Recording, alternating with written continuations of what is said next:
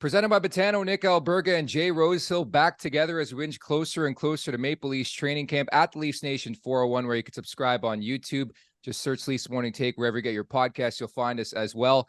And it is an exciting time of year in the hockey world, the Maple Leaf world, and also for the Arkells. New album, new tour coming soon.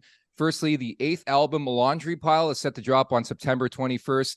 Days after that, on September 29th in Philadelphia, they'll kick off the At Your Service tour. Speaking of which, 3 Ontario-based shows were just announced. November 9th at the Sleeman Center in Guelph, November 10th at the Meridian Center in St. Catharines, November 11th at the Peterborough Memorial Center. All dates and tickets can be found over at arkellsmusic.com/live. With that in mind, to help tee things up for what is sure to be a busy stretch for the band making his Leafs Morning Take debut, we're happy to be joined by the lead singer of the Arkells, Max Kerman. What's up, Max? How are you, bud? Yeah, thanks for having me. Yeah, I'm pumped to chat with you guys. Yeah, my pleasure. I got to ask you first and foremost, what's it like to be on tour? Because as me, somebody who covers the NHL, I go to like All-Star, I go to the draft. I'm always buzzing. So how do you like keep a healthy balance? You know, it's funny. I think people assume that because we're in a rock and roll band, there's lots of late nights, there's lots of drinking, there's lots of shenanigans.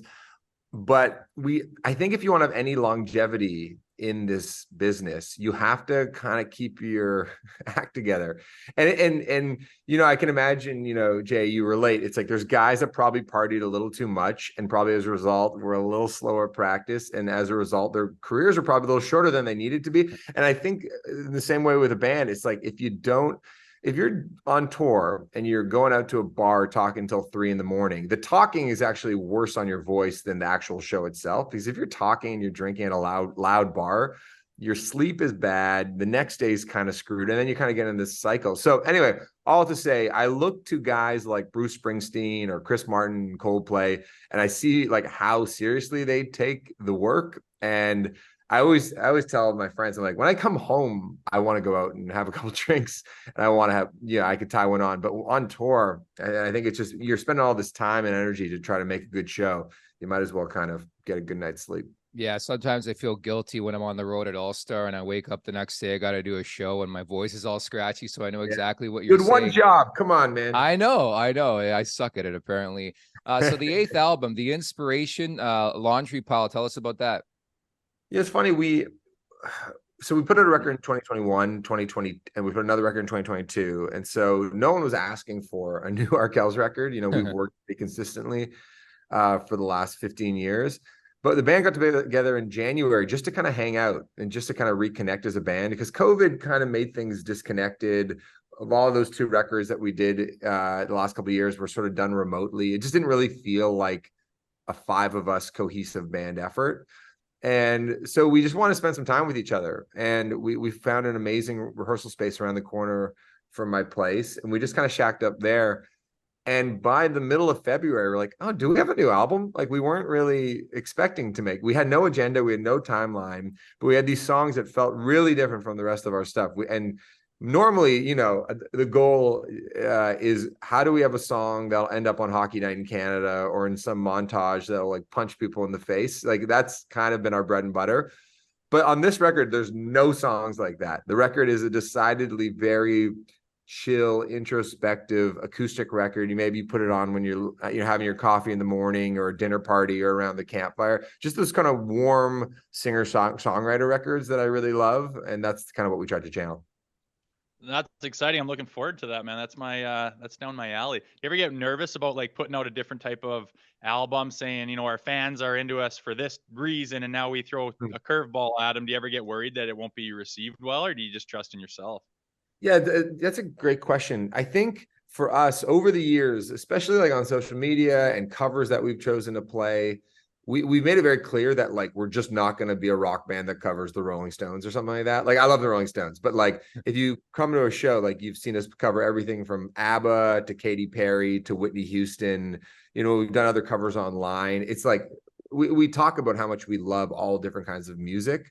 So I think for our audience, they're not really that surprised if we take a left turn and do something a little different. And I look at bands like, or artists like David Bowie or Kanye West, or or even the Beatles, right? Like, who, we're always throwing a curveball at their audience. And like, if you look at David Bowie's catalog or Kanye West catalog, it's like there's a lot of variety in there. And I think for us, like those are the inspiring bands because they have longevity. Because as soon as you start repeating yourself, things get pretty tired quickly.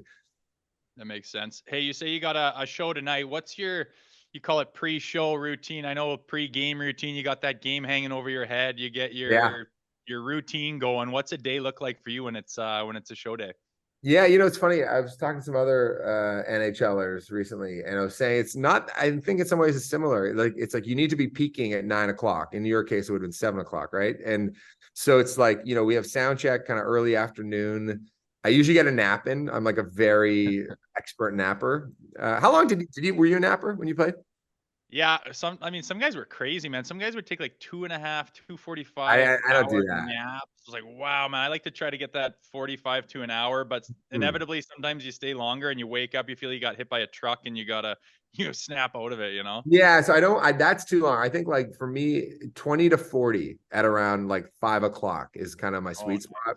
I like to try not to eat before, like if we're on at 9, I want to be done eating by 5 o'clock. You know, and I think, you know, and I'm also just thinking about like, what are the things about today? What are the things about the city that we're in that I can talk about, that I can think about when I'm addressing the crowd? Because I always find like, you know, I just think about, I really truly just put myself in the fan's seat, right? And I've been a lot to shows, and I always think about like, what are the moments of care that an artist has put into the show that makes it feel like it's very specific to this night. So I'm okay, what do I know about Ottawa? What do I know about the people here? What are my memories from being here before? Because I don't know, those little moments of connection, I think just go such a long way. You guys put on such a kick-ass show, man. I was at Budweiser stage. What was it, 2021? The first show back from like the pandemic, and it was you, dude. I had like the best night of my life. It was awesome.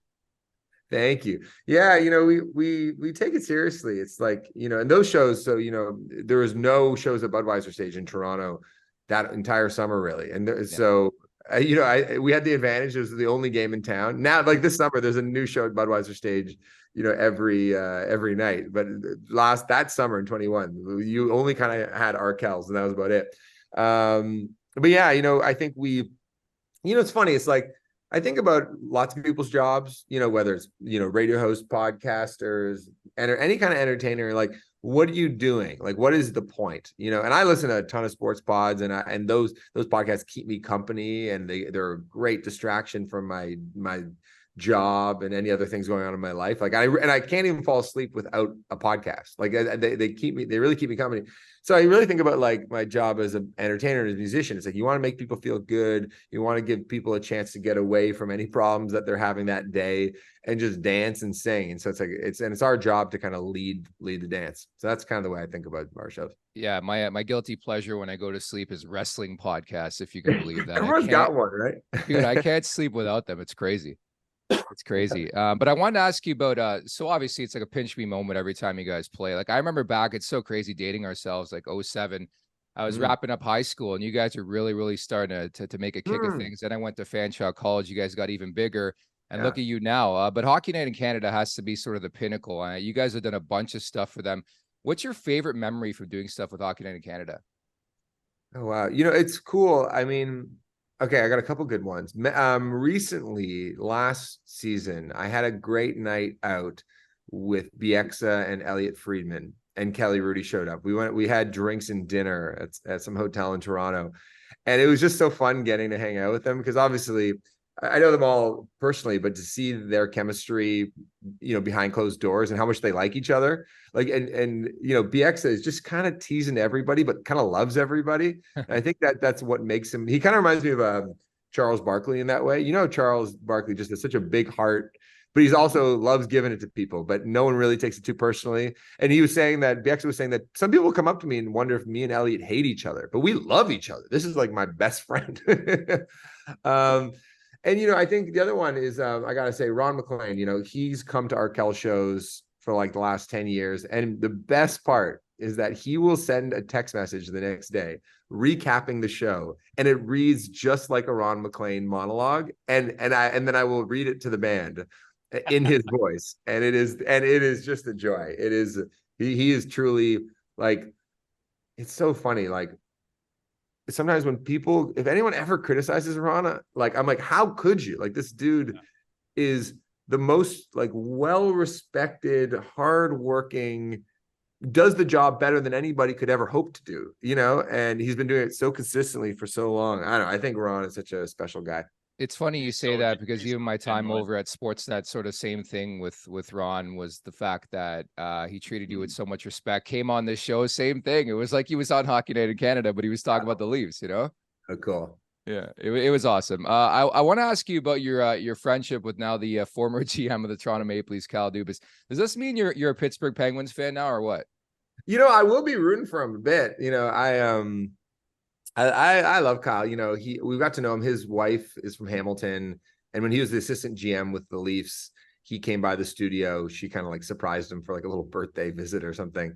And the cool thing about Kyle is that we have a lot in common, sort of outside of sports. He's just he's a really good reader. He's interested in sort of politics and culture and music, and he's just a really thoughtful guy. But I was mentioning earlier, like Springsteen and Chris Martin, like what makes them good at their job and like how focused they are. And, anybody who spent time with Kyle, like knows that nobody takes the job more seriously than he does. And he's another guy who treats everybody with respect and kindness, from what I've seen. And it's okay to criticize, any decisions he might've made, but I can promise you that he thought any criticism that anybody had for anything that he did, he would have thought of each and every single one of them before actually having to make the choice. Like, because that's the difference. Like, there's 30 opinions. He's the guy that needs to make the choice. And hockey, is such an unpredictable sport in some ways. And, so I think like I'd put him in charge of literally anything. Like, he's just that kind of guy. You put him in charge of any organization, any business, any government. I want someone like Kyle Dubas there. Nice. Max, Dubas isn't there anymore. They got a new man in town, and they've shaken up the Leafs a little bit. We got kind of a different look going on. What's your thoughts on the Leafs this year? And are you excited? You think they got better? Is it time to make a run? What's it looking like? I think I'm a believer in the law of averages, and the core is so talented. And I just feel like law of averages say that something good is going to happen, You would think. it was, whatever, was it 19 years of not getting past the first round? Law of averages we got the second round. Okay. So law of averages say with this core group and then maturing, it's the puck has to deflect our way once in a while, and someone has to screen the goalie once in a while, I think it's going to be good. One day, that's what we say in Leafs Nation. I was going to ask you about that mentors trip. Like, I thought that was so cool. And the story is just funny how it worked out, but you went on the road with the Leafs a couple years ago. How was that?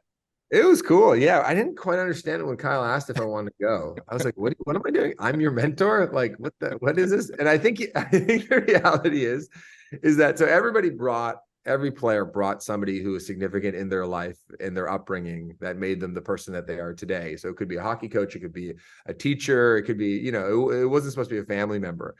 And my instinct is that Kyle was like, Max can entertain himself. I got lots of stuff to do. Max has toured before. I don't need to hold Max's hand in New York City. So we had a great time. We sat on the plane together. We went for dinner. But like Kyle was also working. So it was like, I think if he had to take probably somebody from his past, he might have had to feel more beholden to them, but he's like, I got stuff to do. But it was great. It was really fun getting to know a bunch of people that made those players and who they are today. That reminds me of the fathers trips. They still do. They're the best. All the dads are coming on the road and they're staying in the hotels, eating the meals, going out for dinners and everything else. It's the best. I'm glad you got to do that. So when like growing up, to me, like thinking of the Leafs, I mean, I'm out west here, but just for some reason that Pat Quinn era was just what it was for me. When you growing, like what was it for you that just hooked you on the Leafs, going back to when you were a kid? That kind of was, I guess you're right in the thick of it. You probably got a million of them, but what era stands out to you? Yeah, so I'm a year younger than you, and so yeah, it would have been like sort of like the Dougie Gilmore originally, like Wendell Clark, Felix Potvin. I remember like drawing a lot of pictures of Felix Potvin. But our neighbor, so I grew up in downtown Toronto, and then I went to McMaster in Hamilton for school, where I met the guys in the band. But my neighbor around the corner is Rob Pearson. And do you remember Rob Pearson? He played for the Leafs for a few years in that sort of like mid-90s team. And I remember he gave us some of his old sticks. We'd knock on his door. We asked if he wanted to play in the alleyway, which he did occasionally. So just being in downtown Toronto, and also even going to Maple Leaf Gardens. So my uncle, he worked at like an advertising agency, and they'd have tickets. And so I get to go to the Leafs game sometimes at the Gardens, which is really cool, just down the street from where I lived. And I don't know, going to Shoeless Joe's on a Saturday night with my uncle. Eating a bunch of wings, having 19 Cokes. But yeah, no, I mean, and then of course, like the Sundin area was really fun too. But yeah, it's Toronto sports, at its best is pretty amazing. Oh, just watching the Blue Jays right now, it just shows you Toronto sports. You're with them at the best time of the worst times as well. So Max, I'm happy we had you on this show because, man, I don't know who we need to talk to. The goal song, like it has to change. I don't know where you stand in this conversation. It's a big conversation in Leafs Nation for sure. But would you change the goal song? And if you were to do that, I nominated an Arkells song, so I'll bring a couple your way that I'd like that could make sense for this. Years in the Making, Knocking at the Door, or Eyes on the Prize. What song would you pick of the Arkells to be the new goal song of the Leafs? I feel like Knocking at the Door lends itself the best because it's funny that. Jay, do you like the goal song? No, I can't stand it. And Knocking at the Door to me is like coming onto the ice. You come down the tunnel and that bomb, womp. I would be fucking jacked to come out to that. That's what we had 50 mission cap that we came up to, which is pretty wicked, but that would be pretty rad too. I like that for a come out song. Goal song I have trouble with, but it's just terrible right now. That's all I know. It definitely feels a little like it gives like a major key, upbeat, kind of boppy, but it's maybe feels a little silly. Like it's not as like you want something that feels maybe a little like more minor key, aggressive, a little more like fist pumping as opposed to 80s dancing because Hollow Notes is like 80s it's like this. So yeah, it's funny. I like Hollow Notes. It's not something that doesn't totally bother me, and it puts a smile on people's faces. But you're right. Like when you do hear a song, I'm trying to think. Like something that has Bring back Kerncraft. Remember that? I don't remember Zombie Nation. Zombie Nation. Oh yeah. Yeah. What about like what's the Kanye song that they usually do? I feel like Power. Yeah, power.